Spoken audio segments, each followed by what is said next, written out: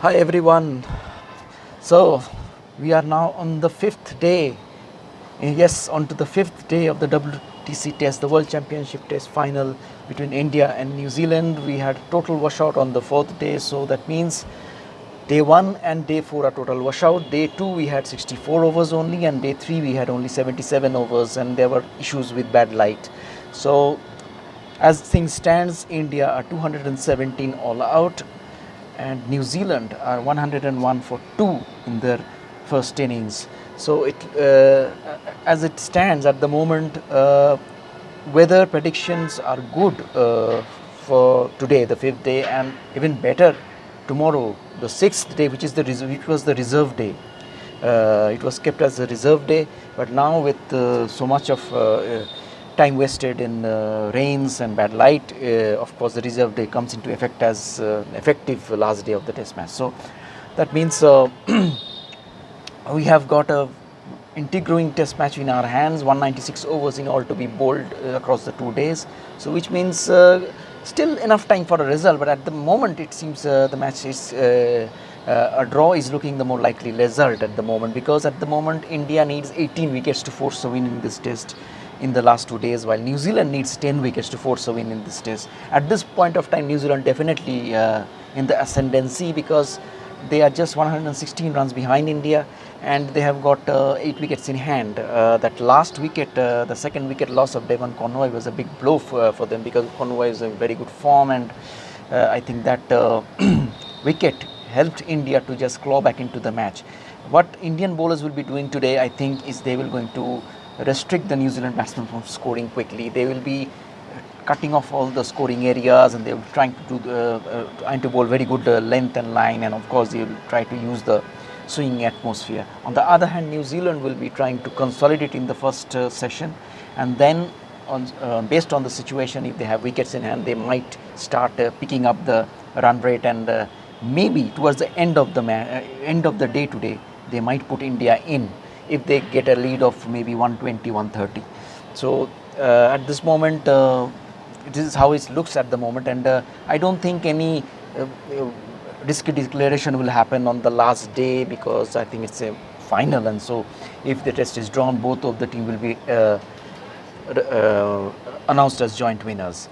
What happened on the second day? I mean, rather on the third day of the match, India were 146 for 3, and then they just disintegrated to 217 all out. It was brilliant bowling by New Zealand fast bowler, especially Kyle Jamieson, who bowled beautifully. He swung the ball, he bowled a little fuller, he really used the length which he used was very good, and which actually caught Virat Kohli off guard when Virat Kohli could not add to his overnight score of 44. He was out for 44 LBW to Jamieson with a ball which it was a sharp break back and kept it maybe a little low. Other previous 2 balls were outswingers, so Virat Kohli was set up by Jamieson beautifully, his RCB teammate. And then we had Rahane going out to a very poor shot for a 49, Pant going out to a poor shot, and the later order just couldn't quite manage to get enough runs. Ashwin did play a good cameo for 22 runs for a while, but then the New Zealand bowlers had in full control, and India were allowed for 217. Kyle Jamieson taking 5 for 31, and then New Zealand, while batting, the openers started off solidly, a 70-odd run partnership, and then Latham went rather against the run of play. He got out to Ashwin, caught by Virat Kohli for 30. Devon Conway was, as I said earlier, playing well, but at the end of the day he lost his wicket. So that wicket might prove to be important for India. So that's how it is. Draw looks the most likely result, but at the same time, there's still 196 overs to go, and this test match is so far not a very high scoring one. Still, I think a lot of things to play for yet for both the teams.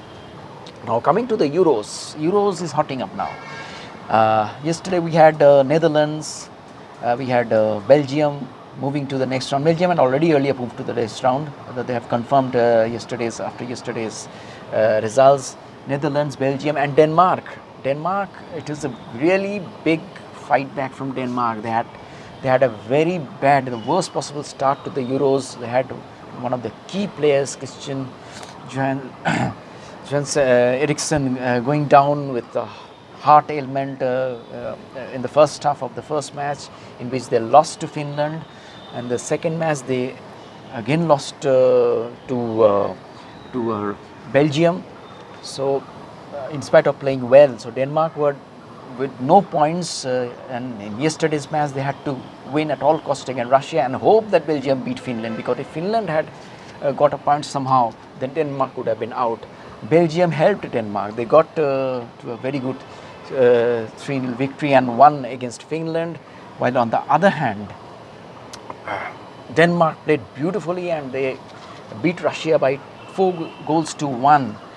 They were 2-0 up at one stage. There was a penalty in the match for Russia. In the match, the score reduced to 2-1, but then Denmark once again came back and they really played courageously.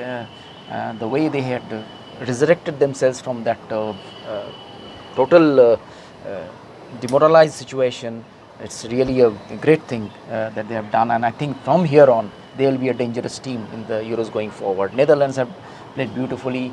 Austria have qualified, and earlier Italy had already qualified. Wales had already qualified. So it's really hotting up with Portugal, Germany, France. Their fate still lying in balance. So in England is another team which is looking to qualify. So it's going to be very interesting. The Euro is really hotting up. So just keep like and subscribe my channel and watch as the days get ahead with a lot of sporting activities. The World Championship Test Finals is really heading for an exciting finish. Thank you so much. Like and subscribe my channel. Thanks.